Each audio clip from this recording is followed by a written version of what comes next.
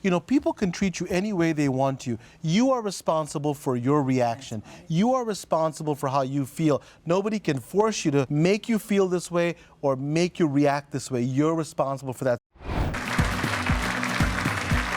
Welcome back. You're watching the Dr. Nandi Show, and we're back with our guest to talk about some best practices when it comes to relationships. Are you ready to answer some questions? Oh, yes. All right. So the first one we have is for Wendy. Do you have any advice for single people who are hoping to attract love into their life? Great question. Yes. Well, first of all, one of the things I believe in the core of every part of me is that if you have this desire, this hope, it's your truth. And so I really want to encourage single people not to give up, because there really is somebody for you. Secondly, it's really important to find peace with your past. The inner work, the relationship that you need to begin to cultivate further is the one that you have with yourself. And people like myself and others here, we do that. My miraculous living method literally can find anything that's interfering, getting in the way of attracting love into your life.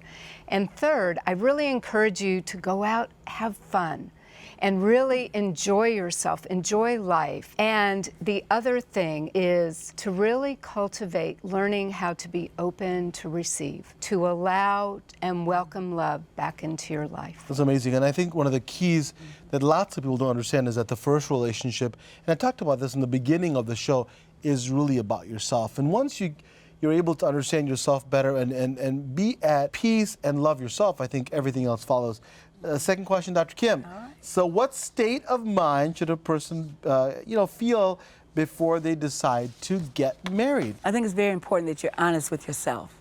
Be transparent with yourself, understand your own boundaries, understand your needs and wants, because if you can't convey the needs and wants to yourself, how can I convey it to someone else? And this one is from social media, from Twitter. This is for you, Terry. It says, Susan says, I just started a new job and I'm already struggling to get along with two of my coworkers, just like my last job. Why do I always seem to wind up with difficult people around me? Susan, I don't think you're alone. So Terry, what advice? Well, what I would say to Susan that she could do is that you are the common denominator in your life and in your experience. And so rather than look out and say what's wrong with these coworkers that she's having conflict with, she can ask herself, I have this little tool that I share with clients, which is called asking the 3 Qs.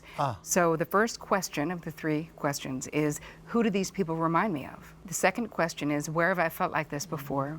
And the third question is, why is this behavioral dynamic, right, this conflict, why is it familiar to me? Because I promise you, if you ask those questions, you'll have some answers, because so much of the time we're repeating an unsatisfying experience from the past, and we're reacting as if that past experience is happening now, which it isn't. Right. So Learned behavior. Yes, and we can't blame the other people.